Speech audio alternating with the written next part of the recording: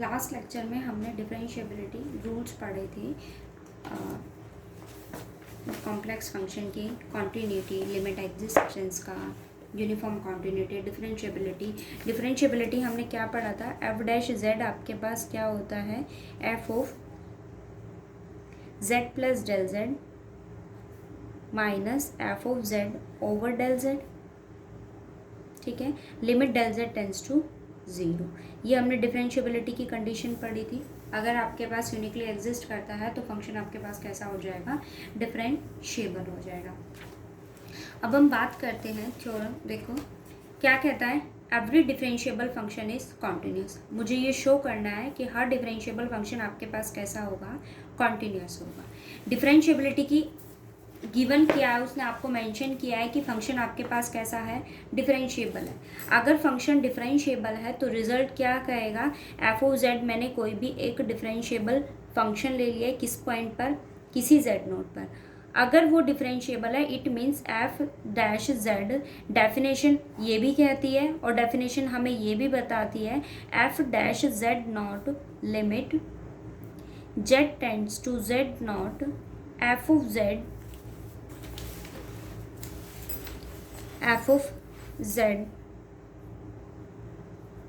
Minus F of Z naught Z minus Z naught exist करना चाहिए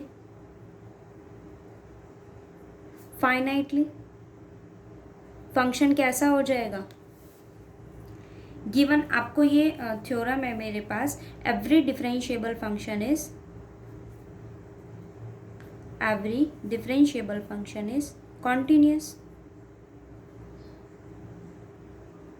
ठीक है। फंक्शन अगर डिफरेंशिएबल है इट मीन्स वो ये कंडीशन सेटिस्फाई करेगा, F dash Z naught limit Z tends to Z naught F of Z minus F of Z naught Z minus Z naught exist करेगा फाइनाइटली। फंक्शन आपके पास कैसा हो जाएगा, डिफरेंशिएबल। कॉन्टिन्यूटी की डेफिनेशन आपको क्या कहती है, कॉन्टिन्यूटी की डेफिनेशन हमें ये कहती है, F of Z minus F of Z naught less than epsilon whenever Z minus Z naught is less than 10। या फिर आप ये कहिए, limit Z tends to Z naught F of Z आपके पास किसके इक्वल होना चाहिए, एफ ऑफ जेड नॉट के। ये दोनों वैल्यूज कैसी होनी चाहिए, इक्वल होनी चाहिए। Then you say that function is continuous. Differentiability की कंडीशन है, उसके लिए हमें क्या चाहिए, limit Z tends to Z naught F of Z इसके इक्वल होना चाहिए। इट मीन्स दोनों का डिफरेंस आपके पास Z tends to Z naught पे किसको अप्रोच करना चाहिए, ज़ीरो को। तो मैंने क्या लिया, मेरे पास यहाँ क्या है, ये डिफरेंशिएबिलिटी की कंडीशन है, मैंने कंसिडर किया limit Z tends to Z naught F of Z minus F of Z naught, ठीक है। मैंने ये फंक्शन लिया, ये फंक्शन है, मैंने क्या किया, इसको जेड माइनस जेड नॉट से डिवाइड किया और इसी टर्म से उसको क्या कर दिया, मल्टीप्लाई भी किया। अब ये डेफिनेशन मुझे क्या बताती है, डिफरेंशिएबिलिटी की कंडीशन बताती है, ये डिफरेंशिएबिलिटी की कंडीशन बताती है। फिर देखो लिमिट दोनों पे अप्लाई किया, limit Z tends to Z naught F of Z minus F of Z naught over Z minus Z naught and limit Z tends to Z naught Z minus Z naught. इस पर limit apply करते हैं तो ये function हमें क्या बताता है, F dash Z naught, F dash Z naught. अगर यहाँ जेड नॉट अप्लाई करते हैं, Z naught minus Z naught is zero, so it will be zero. लेकर क्या चले थे हम, limit Z tends to Z naught F of Z minus F of Z naught, किसके इक्वल हुआ ये, so limit z tends to z naught f of z equals to f of z naught. So function is continuous at z naught। Function कैसा हो गया, continuous हो गया। मुझे differentiable given था, मैंने डिफरेंशिएबिलिटी की कंडीशन को यूज़ किया। अगर फंक्शन डिफरेंशिएबल है तो एग्जिस्ट करेगा फाइनाइटली। उसी कंडीशन को मैंने लिया, limit z tends to z naught F of z minus F of z naught, z minus z naught से डिवाइड मल्टीप्लाई किया, उसी से मैंने उसको क्या किया, डिवाइड। सेपरेटली लिमिट अप्लाई किया, limit z tends to z naught this one, limit z tends to z naught this one, and this is the value of f dash z naught. If we substitute z tends to z naught in this equation, it would be a 0. Both product is 0. So limit z tends to z naught f of z minus f of z naught equals to 0. So limit z tends to z naught f of z equals to f of z naught, and this is the condition of continuity. So every differentiable function is continuous. ठीक है.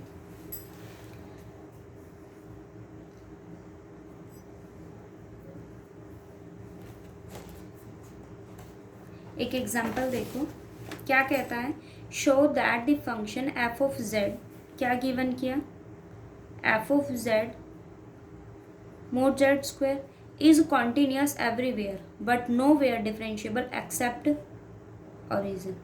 अब मेरे पास क्या है, F of Z mod Z square है, and the value of mod Z is value of Z is X plus iota Y. Absolute value is under root X square, real part का square plus imaginary part का square, complete value whole square is X square plus Y square. हम क्या करते हैं, जो भी आपके पास z होता है x plus iota Y, then the value of f of z is u plus iota v. Value of z is x plus iota y, and the value of f of z is u plus iota v. And here f of z equals to x square plus y square. There is no imaginary part because of iota into 0. यहाँ कोई भी iota का coefficient नहीं है. It means u is x square plus y square and v is 0. v is 0. हमारे पास f of z की value होती है u plus iota v. u और v दोनों आपके पास क्या होते हैं, रियल पार्ट होते हैं. दोनों किसके फंक्शन होते हैं, x और y के फंक्शन होते हैं. f ऑफ z का ये रियल पार्ट होता है, f ऑफ z का ये इमेजनरी पार्ट होता है. u is a function of x and y and v is 0. X square plus Y square is everywhere continuous. हर जगह क्या होता है, ये कॉन्टिन्यूस होता है X square plus Y square. इसकी कॉन्टिन्यूटी में कहीं भी कोई प्रॉब्लम नहीं होती. और 0 की अगर हम बात करें तो वो आपके पास में क्या है, कांस्टेंट फंक्शन है. एवरीवेयर कॉन्टिन्यूस हुआ ना, इट मीन्स यू और वी दोनों कैसे हैं, कॉन्टिन्यूस है. यू और वी अगर दोनों उसके पार्ट्स आपके पास कॉन्टिन्यूस है, it means F of Z is continuous. अब हमें चेक करना है कि ये फंक्शन आपके पास डिफरेंशिएबल है या नहीं है. तो डिफरेंशिएबिलिटी के लिए हम क्या चूज करते हैं, definition f dash z naught equals to limit z tends to z naught f of z minus f of z naught over z minus z naught. ठीक है. अब लिमिट हम अप्लाई करेंगे तो उससे पहले मेरे पास f ऑफ z की वैल्यू क्या है, mod z square, limit z tends to z naught minus F of Z naught over Z minus Z naught. अब एक चीज़ देखी जाए, आप यहाँ देखो, मोड जेड के स्क्वायर की वैल्यू आपके पास ये होती है. जेड क्या होता है मेरे पास, X plus iota Y. Z conjugate क्या होता है, एक्स माइनस आयोटा वाई. दोनों का अगर हम प्रोडक्ट करें, Z Z conjugate equals to X plus iota Y X minus iota Y. अगर हम दोनों का मल्टीप्लाई करते हैं, then X square plus iota X Y minus iota X Y and minus iota Y both are cancel. X square minus iota square and the value of iota square is -1. y square minus Y square is plus Y square, और ये value आपके पास किसकी है? Absolute value of Z square. So mod of z square equals to z into z conjugate. So write it. Mod z square is limit z tends to z naught z conjugate minus यहाँ भी same mod z naught है तो z naught conjugate over z minus Z conjugate. ठीक है, मैंने क्या किया, limit z tends to z naught, इसकी वैल्यू को यहाँ सब्स्टिट्यूट किया. मैंने अप्लाई किया यहाँ एक वैल्यू ली, ये term as it is z conjugate, z conjugate z naught को मैंने ऐड किया और इसी टर्म को मैंने क्या कर दिया, सब्ट्रैक्ट कर दिया over z minus Z naught. अब दोनों टर्म से हम फॉर्म बनाएंगे limit z tends to z naught. यहाँ से z नॉट कॉमन ले रहे हैं, क्या बचेगा z माइनस जेड नॉट. यहाँ से मैंने किसको कॉमन लिया, कौन सी टर्म आपके पास यहाँ कॉमन आएगी, z minus Z naught, z conjugate minus Z naught and sorry ये z नॉट है, z नॉट मैंने कॉमन लिया तो ये टर्म क्या बचेगी, z conjugate minus Z naught conjugate over z minus Z naught. ठीक है, so limit z tends to z naught. मेरे पास यहाँ आप दोनों साइड टर्म्स को क्या कर लीजिए, आप सेपरेट कर लीजिए ताकि ये दोनों टर्म्स आपके पास क्या हो जाए, कैंसिल आउट हो जाए. z minus Z naught over z minus Z naught plus z naught z conjugate minus over z minus Z naught. ये दोनों टर्म्स कैंसिल हो जाएंगी. Limit z tends to z naught z conjugate plus z naught z conjugate minus Z naught over z minus Z not.